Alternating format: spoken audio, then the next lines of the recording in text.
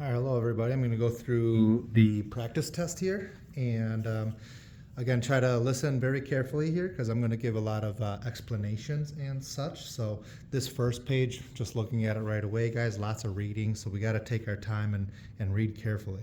So Hans' teacher asked him to draw a polygon similar to polygon A. Here is his work. Which explanation shows that polygon A and C are similar to each other?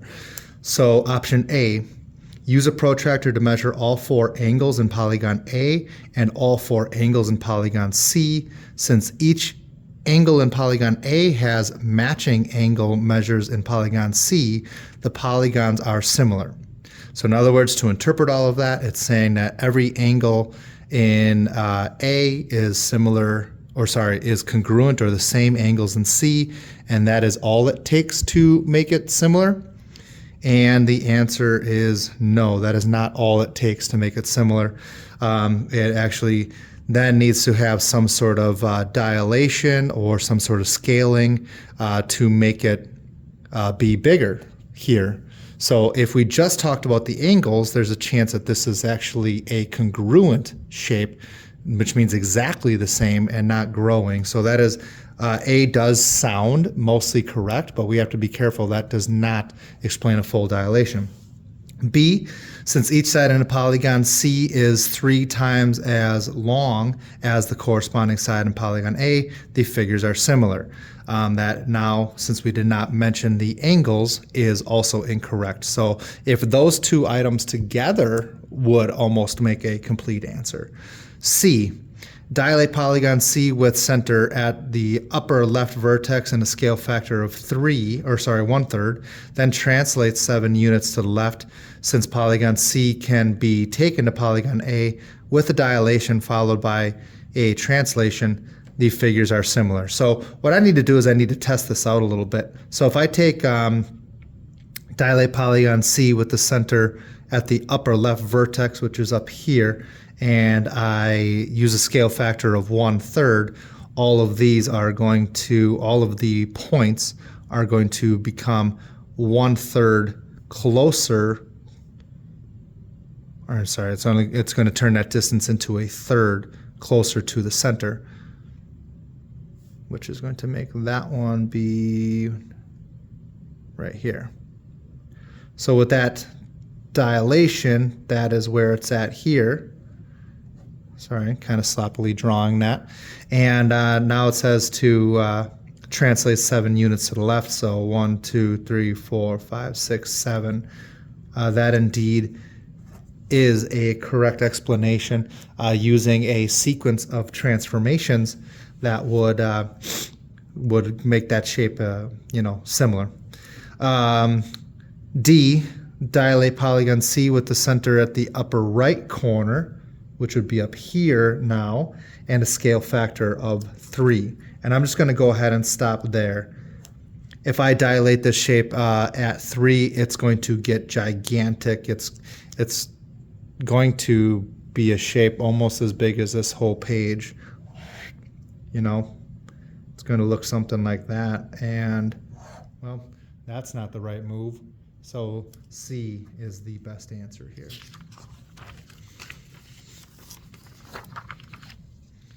All right, number 2, select all the true statements. Dilations of an angle must be congruent to the original angle. That is true. Dilations do not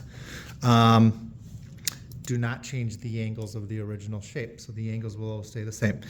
B, dilations of a triangle must be congruent to the original triangle. Now, speaking of the shape specifically, so dilations of a shape means that shape will be congruent, which means the same as the original. Well, that's not true. Dilations make shapes get bigger or smaller. C, dilations of a segment must be congruent to the original segment. And again, if we're just talking about the sides, they're not going to be congruent anymore. The sides grow or they shrink in dilation, so that's not correct. D, dilations of a circle must be congruent to the original circle. And again, we could pick as many shapes as we want to here. Congruent means that they would be exactly the same, which is not true.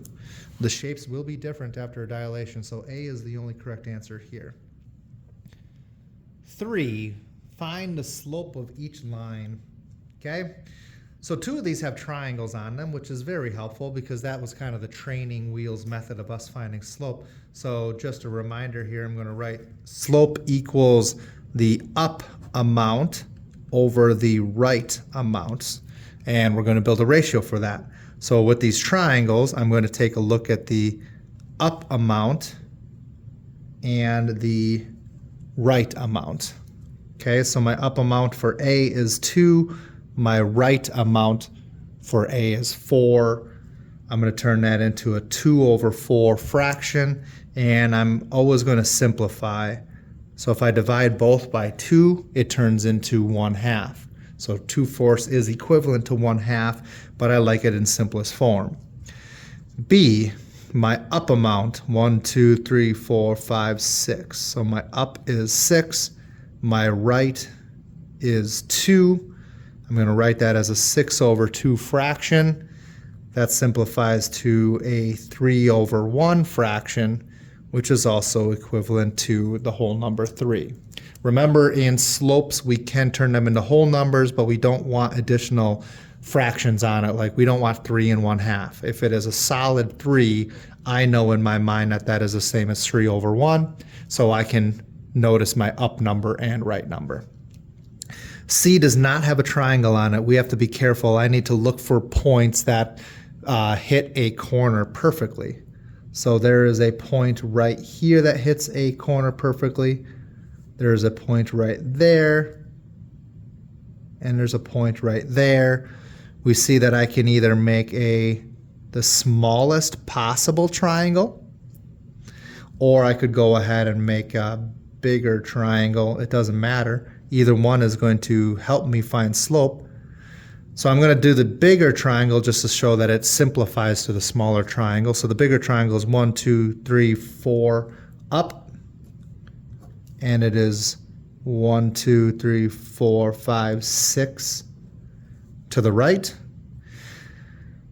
And that simplifies, if I divide both by 2, it simplifies to 2/3. So this is the beauty of where dilations come in. If I look at the smaller triangle, that is 2 up and 3 right.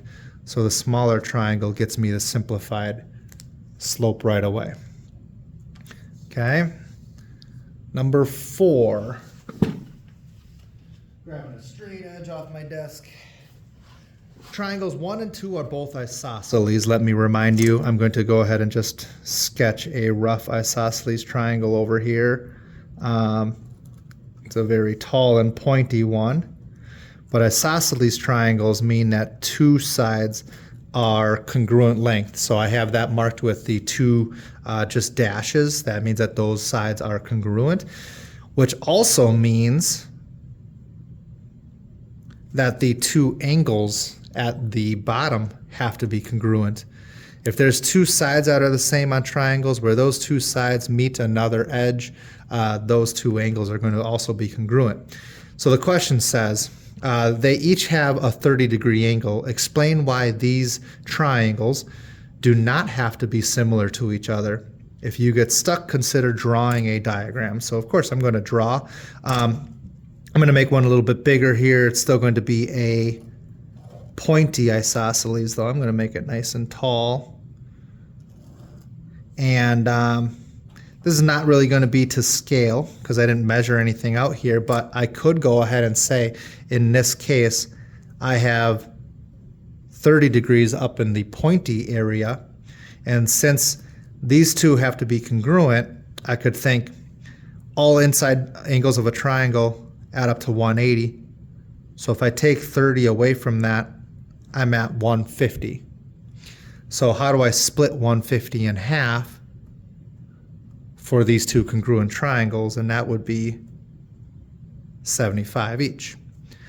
Now, for the other possibility, I could move 30 to these angles, because the only rule I need to follow is that I have a 30-degree angle in here. So that type of triangle is going to look more like a shorter, wider triangle. Okay.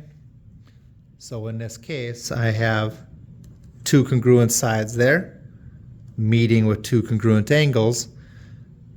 But now I could say those angles are my 30. Now that takes me to 60, so 180 minus 60 is going to be 120 left over for that angle there. Here are two triangles that both have, or two isosceles triangles that both have 30 degrees in them, but they are not similar. They have different angles. They're completely different triangles. Number 5. Triangles ABC and DEF are similar, so these are scaled copies of each other. Find the length of segment DE. Okay, so the rule we have to use for number 5 is corresponding, oops, that's supposed to be an R, corresponding ratios. So this was something that was practiced in 7th grade. We had a lesson or so on it in this unit to make corresponding ratios. This means corresponding ratios, picking any two sides of a triangle and setting it up as a congruent or equal or equivalent ratio on the other triangle. Okay, so if I look at the first triangle, there's the right side and bottom side labeled. The smaller triangle has the right side and right side labeled, but the bottom side's missing. So I'm going to go ahead. A is asking for that side that I just labeled X. B is asking for the length of AC, which I'm going to go over here and label just as a lowercase d. I don't know, I'm just picking random letters. It doesn't really matter. But I'm going to set up equivalent ratios. So I'm going to take the right side and bottom side of the big triangle, and I'm going to make a 4/2 ratio with that. Okay? So the solution or value of that ratio has to be equal to the same two sides of this triangle. So since my right side is 4, I'm going to also put 2.4 on top of this triangle and the X on the bottom. Okay, now this situation here is called a proportion, and there's multiple ways to solve this proportion. So if I have the space on this paper, I'm going to show you multiple ways to solve it. The best way that we learned in 7th grade is if we treat this like a table. So if I go up here and I make this a table with 4 and 2 and 2.4 and something missing, sorry, you guys, off the screen a little bit. So this part of the table is missing. Now, in 7th grade, you guys really had no problem figuring out what that was. Okay, you guys did a pretty good job at that. So I can figure out using multiplication or division how this 4 shrinks to be 2.4. And the 2 has to shrink by the same amount. Okay.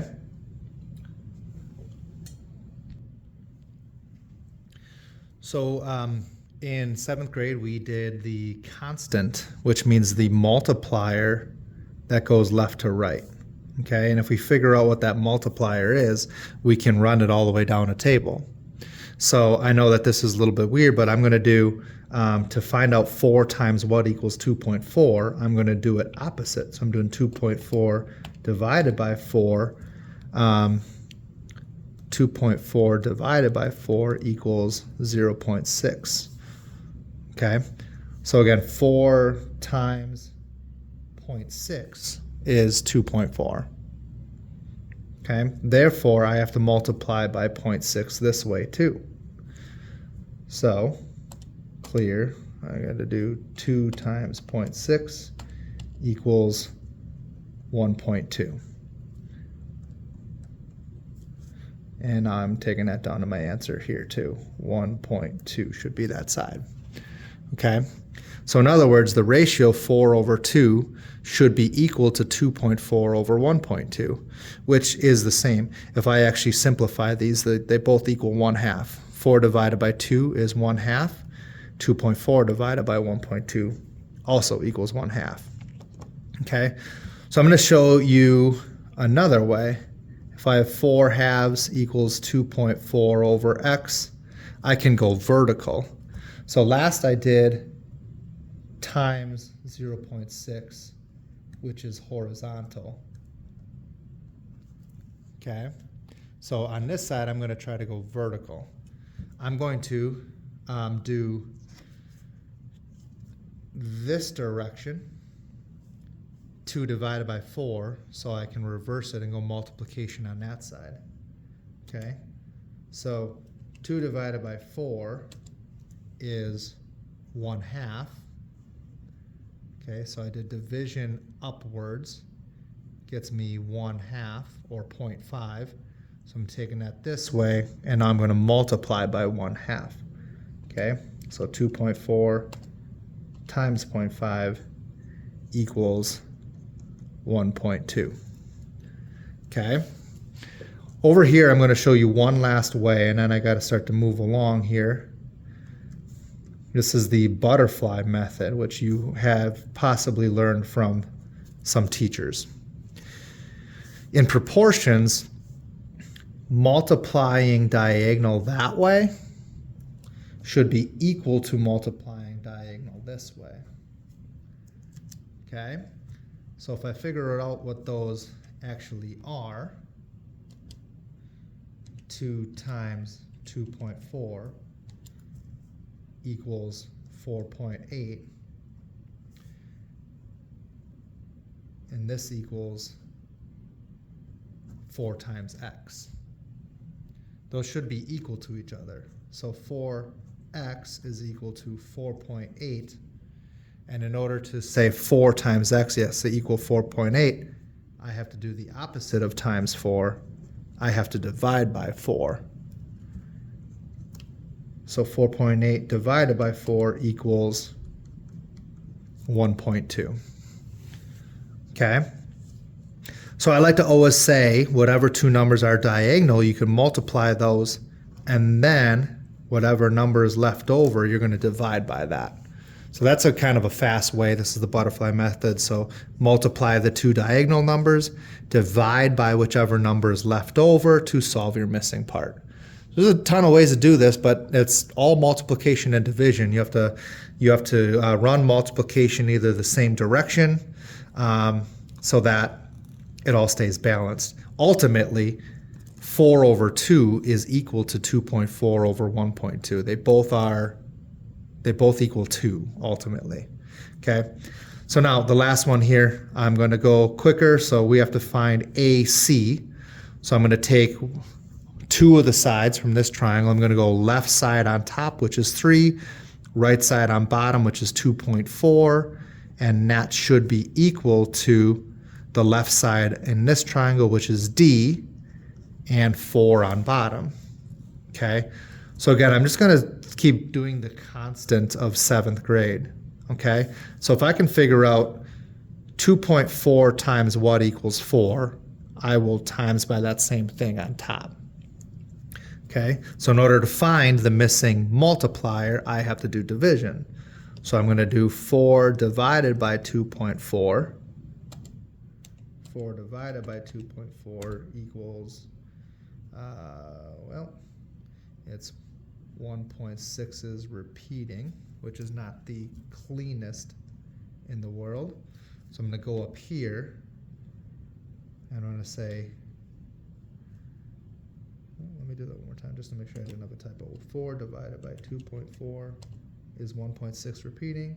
So now I'm going to times that by 3, and I get 5. So 1.6 is repeating.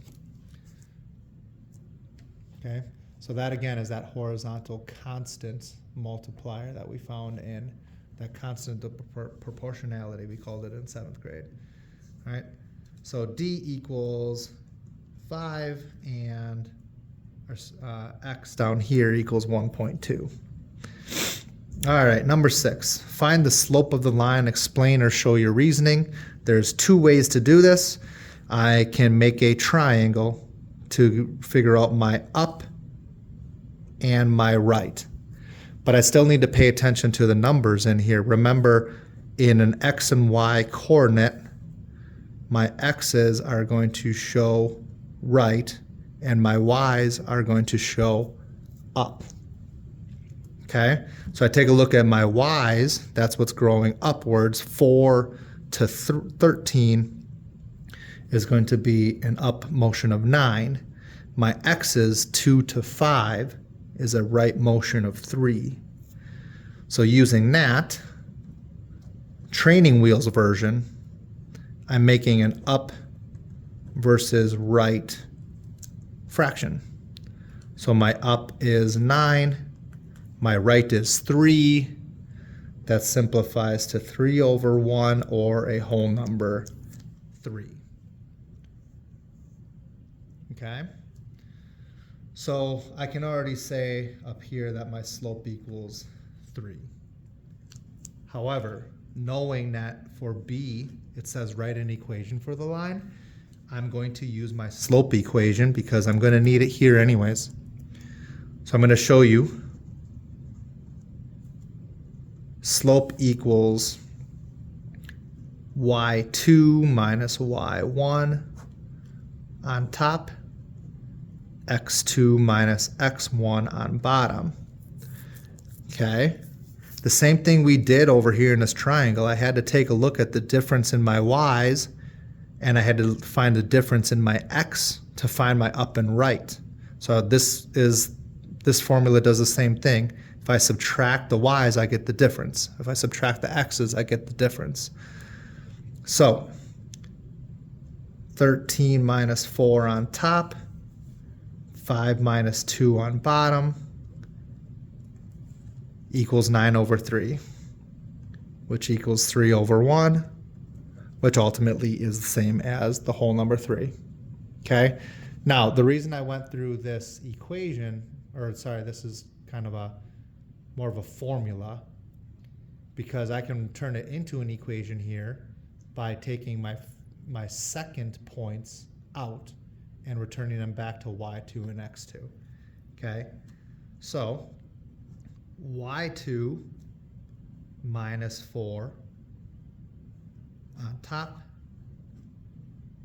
x2 minus 2 on bottom, and that has to equal 3 over 1, or the whole number 3.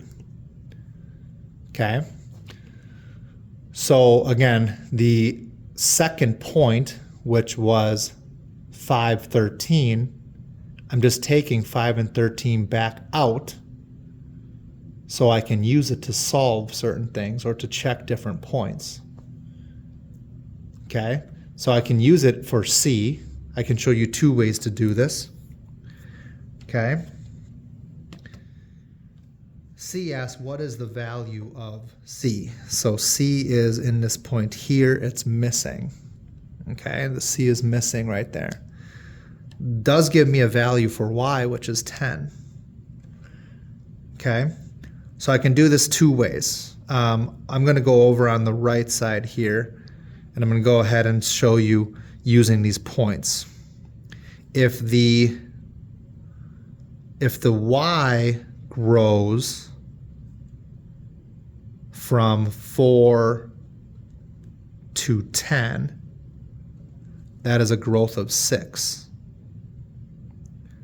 Okay, so if it grows by 6 and my slope is 3 over 1, knowing that the 3 was built with the y's and the 1 was built with the x, okay, I can set it up like this. If 3 over 1, if the 3 grew to be 6, then how much would my 1 grow? Okay, so again, I'm saying this 4 to 10 is a growth of 6 vertically. So how many times would my 1 grow? So 3 times 2 equals 6. So 1 times 2 equals 2. Okay, so in other words, if our y grows by 6, our x is going to grow by 2. So the 6 is y growth. The 2 is x growth. Okay, so the 6 is y growth, the 2 is x growth. But we have to be careful. That means I have to go back up here to my point and say that it grows 2. So it grows 2, but it was already at 2. So 2 plus 2, the C is going to be 4. Okay? So 2 plus 2, the C equals 4. Okay? So that might make sense to people. If the 4 grows by 6, then the 2 must grow by 2 if I'm following my slope. But I'm going to come back and use the equation. Okay? This is now my second point. So I'm going to use that. I'm going to plug it in. So my second point is C10. My first point is still in the original equation, 2 and 4. Okay? So my new y is 10. So 10 minus 4 on top. My new x is c, which we don't know. And I need that to equal the same as, eventually, the same as 3 over 1, or 3. Now I'm saying that because what number comes here could be simplified, right? So 10 minus 4 equals 6. And I have to ask myself, okay, what number do I need on bottom of 6 for that to be the same as 3 over 1? Right? What number do I need under 6 for this to be the same as 3 over 1? So if 3 doubles to be 6, then 1 has to double to be 2. So I'm still solving C back there. So C minus 2 equals 2. So the question is, what minus 2 equals 2? And the answer is 4. So in 2 ways, I proved that C should equal 4. Okay? D is the point 0, negative 2 on this line. Explain how you know. Okay? So I'm going to know by solving the same slope. If I don't solve the same slope using 2 of the points, well, 1 point being this new one they gave me, and 1 point from the graph. So I need to use 2 points. I have 0, negative 2, and then I'm going to take one of the points off the table, like 2, 4. Just be careful here because the point they gave me has a 0 for x. So in this case, 0, 2 is my point 1 because that's further left on the graph. 2, 4 is my point 2. So now I'm going to take my x's and y's. I'm going to plug them into my formula.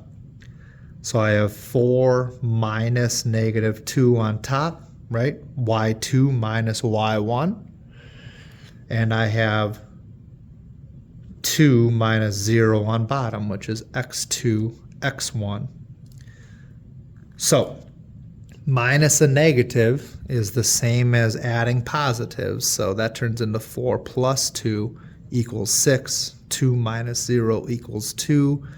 And that's 6 divided by 2 is 3. Our slope has been 3 this whole time. So since we get the same slope with our new point, the answer is yes. Okay? All right. Our dilation here. Got my straight edge. Number 1, draw a dilation of ABC using center P and a scale factor of 1/3. Okay. I'm going to draw my rays. Remember, rays always go from the center through each point of the triangle, so there's 3 points here.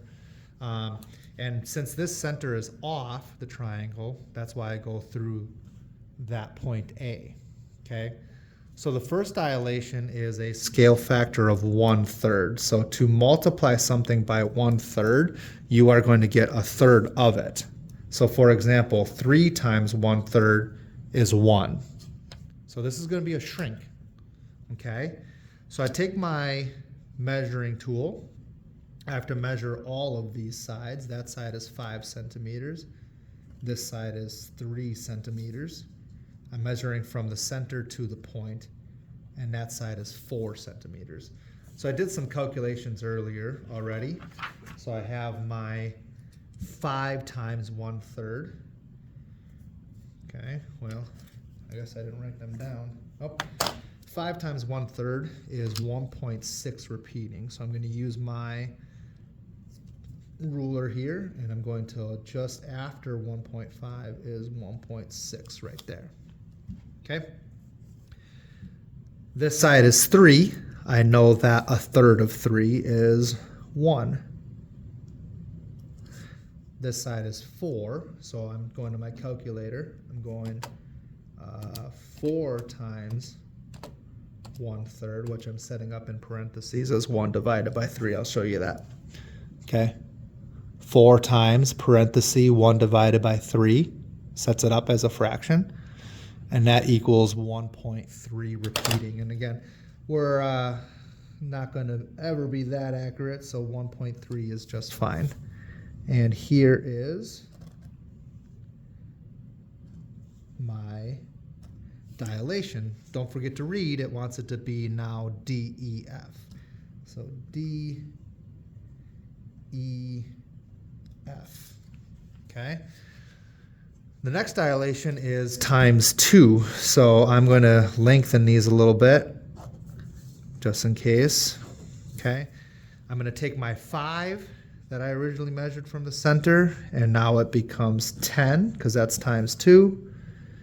Here is 3 times 2 is 6. Here is 4 times 2 is 8. And there is my new triangle that we want labeled GHI. Okay, so C says, show that D, E, F, and GHI are similar. I'm going to just bring over my previous copy here and show you. I can reverse the dilation, okay, taking this one to ABC, using the opposite of 1/3, which is times 3. And then I can dilate it times 2 to HIG. And we would have to say using center P. If we didn't say the center, that would be points off on the test. Or we might have realized I could go straight from EDF to this size by using a scale factor of 6. So some of you might have maybe realized that. For example, D is 1 centimeter from P, but it is 6 centimeters to G. So 1 times 6 will take us there. So there's 2 ways to show that dilation, but you do need to describe a dilation here perfectly in order to get full